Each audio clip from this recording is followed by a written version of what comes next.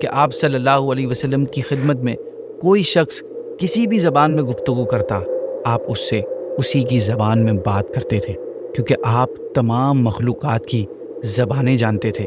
آپ صلی اللہ علیہ وسلم کی زبان مبارک کی یہ شان تھی کہ اس سے جو بات بھی نکلتی وہ پوری ہو جاتی۔ السلام علیکم ورحمۃ اللہ وبرکاتہ۔ ناظرین، ویب سیریز حضور صلی اللہ علیہ وسلم کی خوبصورتی کی آج 4تھ ایپیسوڈ ہے۔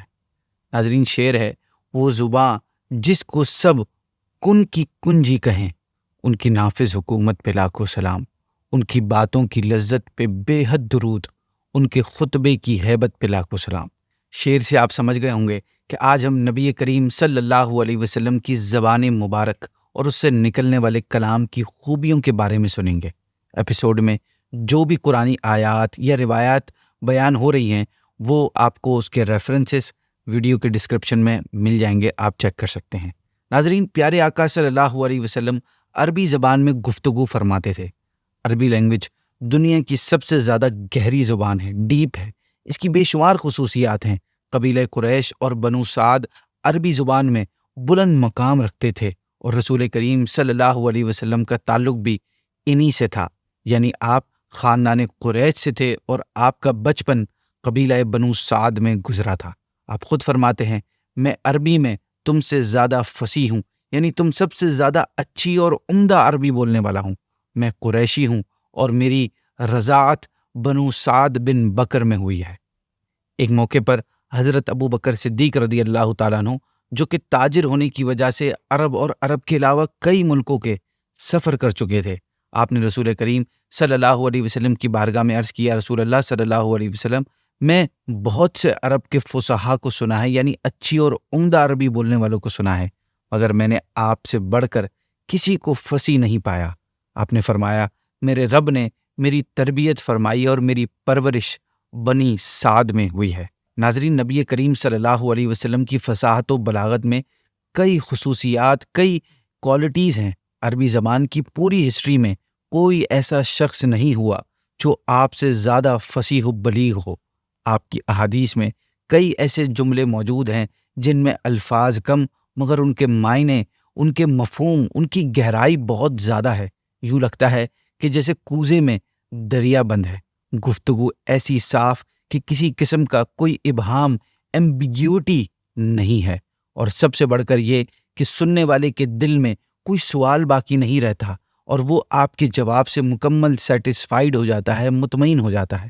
امام احمد رضا خان، جو بڑے ہی پیارے شاعر ہیں، پیارے آقا کے کلام مبارک کی معجزانہ شان کو اپنی شاعری میں یوں بیان کرتے ہیں کہ تیرے آگے یوں ہیں دبے لچے فصحاء عرب کے بڑے بڑے، کوئی جانے منہ میں زبان نہیں بلکہ جس منہ میں جان نہیں۔ آپ کہتے ہیں کہ بڑے بڑے عربی زبان جاننے والے فصیح و بلیغ، جن پر خطابت اور شاعری بھی ناز کرتی ہے، جب وہ میرے آقا کی بارگاہ میں حاضر ہوتے ہیں تو ان کی زبانیں بند ہو جاتی ہیں، اور ایسا لگتا ہے کہ ان کے منہ میں زبان نہیں ہے، بلکہ یوں لگتا ہے کہ جسم میں جان ہی نہیں ہے۔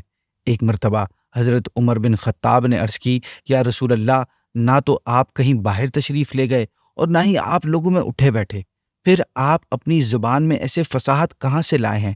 تو آپ نے ارشاد فرمایا، حضرت اسماعیل علیہ الصلاۃ والسلام کی لغت اور اصطلاح، یعنی زبان جو فنا ہو چکی تھی، اسے حضرت جبریل علیہ الصلاۃ والسلام میرے پاس لے کر آئے، جس سے میں نے یاد کر لیا۔ آپ نے یہ بھی ارشاد فرمایا، میرے رب نے مجھے ادب سکھایا تو میرے ادب کو بہت اچھا کر دیا۔ ناظرین، وہ علم جو زبان اور اس کی فصاحت و بلاغت سے تعلق رکھتا ہے، اسے ادب کہتے ہیں۔ یہ رسول اللہ صلی اللہ علیہ وسلم کی زبان مبارک کے کلام ہی کی شان ہے کہ 1400 سال سے علماء، فقہا، محدثین اور شرح لکھنے والے آپ کے کلام، آپ کی احادیث کی ڈیفینیشنز لکھتے ہی آ رہے ہیں، اس پہ کامنٹریز لکھتے ہی آ رہے ہیں۔ آپ کی زبان مبارک سے نکلے ہوئے وہ جملے جن میں الفاظ کم ہوتے ہیں اور معنی اور مفہوم زیادہ ہوتے ہیں، ان میں میننگ زیادہ ہوتے ہیں، ان کو جوامع الکلم کہا جاتا ہے۔ یہ جوامع الکلم آپ صلی اللہ علیہ وسلم کی عظمت بتاتے ہیں، اور یہ آپ کی خصوصیات میں سے ہیں جو آپ کے علاوہ دیگر انبیاء کو عطا نہیں ہوئی، جیسا کہ آپ کا فرمان ہے کہ مجھے جوامع الکلم عطا کیے گئے۔ میں آپ کے سامنے نبی پاک صلی اللہ علیہ وسلم کی چند احادیث کریمہ رکھتا ہوں، ان کی مثالیں رکھتا ہوں جنہیں علماء کرام نے جوامع الکلم میں شمار کیا ہے۔ چنانچہ ایک موقع پر ایک شخص نے آپ سے عرض کیا، رسول اللہ صلی اللہ علیہ وسلم مجھے کوئی وصیت فرمائیے۔ تو آپ نے فرمایا، لا تغضب، غصہ مت کر۔ اس کا کہنا ہے کہ جب رسول اللہ صلی اللہ علیہ وسلم نے یہ فرمایا تو میں نے وہیں غور و فکر کیا اور میں اس رزلٹ پر پہنچا کہ غصہ ہر برائی کو جمع کر دیتا ہے، یعنی غصہ برائیوں کا مجموعہ ہے۔ ایک اور موقع پر آپ نے فرمایا، من لا یرحم لا یرحم، جو مخلوق پر رحم نہیں کرتا اس پر رحم نہیں کیا جائے گا۔ حکمرانوں، نگرانوں، ذمہ داروں کے لیے صرف 4 کلمات میں آپ نے ایسی گہری نصیحت ارشاد فرمائی کہ اگر حکمران، نگران طبقہ اس پر عمل کر لے تو ملک و قوم کے کئی مسائل سولو ہو جائیں۔ آپ نے ارشاد فرمایا، سید القومی خادمہم، یعنی قوم کا سردار قوم کا خادم ہوتا ہے۔ ایک موقع پر زندگی کے ہر شعبے سے تعلق رکھنے والے کے لیے ایک زبردست نصیحت ارشاد فرمائی شارٹ سینٹنس میں، چاہے اس کا تعلق سوسائٹی سے ہو، پرسنل لائف سے ہو، پروفیشنل لائف سے ہو، گورنمنٹ سے ہو، سب کے لیے ایک ایڈوائس صرف 5 ورڈز میں فرمایا، یعنی نہ نقصان دو نہ نقصان اٹھاؤ۔ دنیا و آخرت میں سلامتی اور عافیت حاصل کرنے کے لیے ایک زبردست فارمولا صرف 2 ورڈز میں بتایا، اسلم تسلم، اسلام قبول کر لو سلامت رہو گے۔ ناظرین، آپ صلی اللہ علیہ وسلم کی مبارک آواز بھی بہت دلکش اور پیاری تھی۔ آپ کا لہجہ مبارک سارے انسانوں سے بڑھ کر حسین اور دلکش تھا۔ جو شخص ایک دفعہ آپ کی آواز سن لیتا ساری زندگی خواہش کرتا کہ کاش میرے کان میں پھر سے وہ حسین آواز سنائی دے۔ اس سے بڑھ کر کسی کی آواز کا حسن کیا ہو سکتا ہے کہ دشمن بھی اسے سن کر لذت پاتا ہو۔ صحابہ کرام جہاں آپ کی ہر ادا سے محبت کرنے والے تھے، وہاں آپ کی آواز کے بھی بڑے دیوانے تھے۔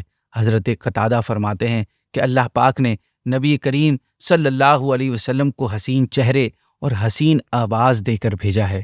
حضرت برا بن عازب رضی اللہ تعالیٰ عنہ فرماتے ہیں کہ نبی پاک نے نماز عشاء میں سورہ والتین تلاوت فرمائی، میں نے ایسی حسین آواز کبھی نہیں سنی۔ آپ ہی سے ایک روایت ہے کہ نبی کریم نے ایک روز ہمیں خطبہ دیا، خطبے میں آپ کی آواز اتنی بلند تھی کہ گھروں میں بیٹھی خواتین نے آپ کی آواز کو سنا۔ حضرت ام ہانی رضی اللہ تعالی عنہا فرماتی ہیں کہ جب آپ صلی اللہ علیہ وسلم خطبہ ارشاد فرماتے تو آپ کا لہجہ روبدار ہو جاتا اور آپ کی آواز بلند ہو جاتی، گویا آپ کسی لشکر کو ڈرا رہے ہوں کہ تم پر اب حملہ ہونے والا ہے۔ امام احمد رضا خان نبی کریم کے خطبے کے اس انداز کی طرف اشارہ کرتے ہوئے اپنا مشہور صلاۃ السلام میں فرماتے ہیں کہ ان کی باتوں کی لذت پہ بے حد درود، ان کے خطبے کی ہیبت پہ لاکھوں سلام۔ حضرت جبیر بن مطعم رضی اللہ تعالیٰ عنہ کا ارشاد ہے کہ آقا کریم نہایت محصور کن لہجے میں گفتگو فرماتے تھے، یعنی زبردست اثر ڈالنے والا لہجے میں۔ حضرت ام معبد فرماتی ہیں کہ آپ کی آواز گونجدار یعنی ریزونیٹ کرتی تھی۔ انداز گفتگو کے بارے میں حضرت عائشہ صدیقہ رضی اللہ تعالیٰ عنہ فرماتی ہیں کہ نبی کریم تمہاری طرح تیز گفتگو نہیں فرماتے تھے، بلکہ واضح اور ٹھہر ٹھہر کر گفتگو فرماتے تھے کہ سننے والا اسے بآسانی یاد کر لیتا۔ امام احمد رضا خان اپنے مشہور صلاۃ و سلام مصطفیٰ جان رحمت پہ لاکھوں سلام کے ایک شعر میں فرماتے ہیں کہ ان کی پیاری فصاحت پہ بے حد درود، ان کی دلکش بلاغت پہ لاکھوں سلام۔ ناظرین، کتابوں میں موجود واقعات سے پتہ چلتا ہے کہ آپ جب چاہتے آپ کی آواز دور و نزدیک کے سب لوگ اپنی اپنی جگہ پر ایک جیسی سن لیا کرتے تھے، جیسا کہ 1.25 لاکھ سے زیادہ صحابہ کرام نے بغیر کسی مائک اور لاؤڈ سپیکر کے آخری حج میں آپ کا خطبہ سنا تھا۔ آپ کے کلام کی تاثیر کے حوالے سے اگر بات کی جائے تو روایات میں آتا ہے کہ جب آپ خطبہ ارشاد فرماتے تو سننے والوں پر عجیب کیفیت طاری ہو جاتی، خوف الہی سے ان کے دل دہل جاتے، آنکھوں سے آنسو کے دریا بہنے لگتے، ان کے جسم کانپ اٹھتے۔ آپ کے مبارک خطاب کا اثر یہ ہوتا کہ پتھر سے پتھر دل بھی پگھل جاتا۔ سیدنا ابو ہریرہ اور حضرت ابو سعید خدری رضی اللہ تعالیٰ عنہما سے روایت ہے کہ ایک دن نبی کریم صلی اللہ علیہ وسلم نے ہمیں خطبہ ارشاد فرمایا۔ اس میں آپ نے 3 دفعہ یہ کلمات دہرائے کہ مجھے قسم ہے اس ذات کی جس کے قبضہ قدرت میں میری جان ہے۔ اس کے بعد آپ نے چہرہ اقدس نیچے جھکا لیا. پھر یہ کیفیت تھی کہ ہم میں سے ہر آدمی زمین پر روتے ہوئے گر پڑا اور ہمیں اتنا بھی ہوش نہ رہا کہ آپ نے قسم کس چیز پر اٹھائی ہے. کافی دیر بعد آپ نے سر مبارک اٹھایا تو آپ کے چہرے پر خوشی کے آثار تھے. پھر آپ نے فرمایا جو شخص 5 نمازیں ادا کرے، رمضان کے روزے رکھے، زکوٰۃ دے، کبیرہ گناہوں سے بچے، اس کے لیے جنت کے دروازے کھول دیے جائیں گے اور اس سے کہا جائے گا کہ تو اس میں سلامتی کے ساتھ داخل ہو جا. ناظرین، انسان تو انسان، آپ کے خطبے کا اثر جمادات یعنی نان لیونگ تھنگس پر بھی ہوتا تھا. مسلم شریف میں حضرت عبداللہ بن عمر سے روایت ہے کہ ایک دن آپ نے ممبر پر خطبہ دیتے ہوئے قرآن کریم کی آیت تلاوت فرمائی جس کا ترجمہ ہے کہ انہوں نے اللہ کی قدر نہیں کی اور قیامت کے دن تمام زمین اس کے قبضے میں ہوگی. اور اس کے بعد آپ نے اللہ پاک کی بڑائی بیان فرمائی تو آپ صلی اللہ علیہ وسلم کا ممبر جھوم اٹھا، حتیٰ کہ ہم یہ فیل کرنے لگے کہیں یہ حضور صلی اللہ علیہ وسلم کو نیچے نہ گرا دے. ناظرین، پیارے آقا صلی اللہ علیہ وسلم جانوروں، پتھروں، درختوں اور دیگر مخلوقات کی زبانیں بھی جانتے تھے. اس بارے میں کئی احادیث مبارکہ موجود ہیں. علماء کرام فرماتے ہیں کہ آپ صلی اللہ علیہ وسلم کی خدمت میں کوئی شخص کسی بھی زبان میں گفتگو کرتا، آپ اس سے اسی کی زبان میں بات کرتے تھے کیونکہ آپ تمام مخلوقات کی زبانیں جانتے تھے. آپ صلی اللہ علیہ وسلم کی زبان مبارک کی یہ شان تھی کہ اس سے جو بات بھی نکلتی وہ پوری ہو جاتی. ایک بار ایک شخص نے تکبر کی وجہ سے الٹے ہاتھ سے کھایا. آپ نے منع فرمایا پر وہ بولا میں سیدھے ہاتھ سے کھانے کی طاقت نہیں رکھتا. آپ صلی اللہ علیہ وسلم نے فرمایا اب کبھی طاقت نہیں رکھے گا. چنانچہ پھر وہ اپنا سیدھا ہاتھ کبھی بھی منہ تک نہ اٹھا سکا. ایک مرتبہ دشمن رسول حکم بن ابی العاص نے آپ کو ستانے کے لیے منہ بگاڑا. آپ نے فرمایا کن کذالک، ایسا ہی ہو جا. پھر مرتے دم تک اس کا چہرہ بگڑا ہی رہا. حضرت ابو ہریرہ رضی اللہ تعالیٰ عنہ روایت فرماتے ہیں کہ حضور صلی اللہ علیہ وسلم نے ہمیں خطبہ دیا اور فرمایا اے لوگو، تم پر حج فرض کر دیا گیا ہے، بس حج کرو. ایک شخص نے عرض کی یا رسول اللہ صلی اللہ علیہ وسلم کیا ہر سال حج فرض ہے؟ آپ صلی اللہ علیہ وسلم خاموش رہے یہاں تک کہ 3 مرتبہ اس نے یہی عرض کی. اس کے بعد آپ نے فرمایا اگر میں ہاں کہہ دیتا تو ہر سال حج فرض ہو جاتا اور پھر تم اس کی طاقت نہ رکھتے. پھر فرمایا میری اتنی ہی بات پر اتفاق کیا کرو جس پر میں تمہیں چھوڑوں، اس لیے کہ تم سے پہلے لوگ زیادہ سوال کرنے اور اپنے انبیاء سے اختلاف کرنے کی بنا پر ہی ہلاک ہوئے تھے. لہٰذا جب بھی میں تمہیں کسی چیز کا حکم دوں تو اپنی طاقت کے مطابق اسے بجا لایا کرو، یعنی وہ کر لیا کرو، اور جب کسی چیز سے منع کروں تو اسے چھوڑ دیا کرو. امام احمد رضا خان پیارے آقا کی اس شان کی طرف اشارہ کرتے ہوئے فرماتے ہیں کہ وہ زباں جس کو سب کن کی کنجی کہیں ان کی نافذ حکومت پہ لاکھوں سلام. آپ فرماتے ہیں کہ پیارے آقا کی زبان مبارک تقدیر الہی کی چابی ہے. اس زبان مبارک کی پورے جہاں بلکہ دونوں جہاں پر جاری اور ساری حکومت پر لاکھوں سلام ہوں. اس شعر پر ناظرین آج کے ایپیسوڈ کو اینڈ کرتے ہیں. کل انشاءاللہ حضور صلی اللہ علیہ وسلم کے منہ مبارک اور دندان مبارک پر انشاءاللہ بات کریں گے. آپ کو اگر ایپیسوڈ ہماری اچھی لگ رہی ہوں تو ہمیں کمنٹس میں اپنا فیڈ بیک بھی دے سکتے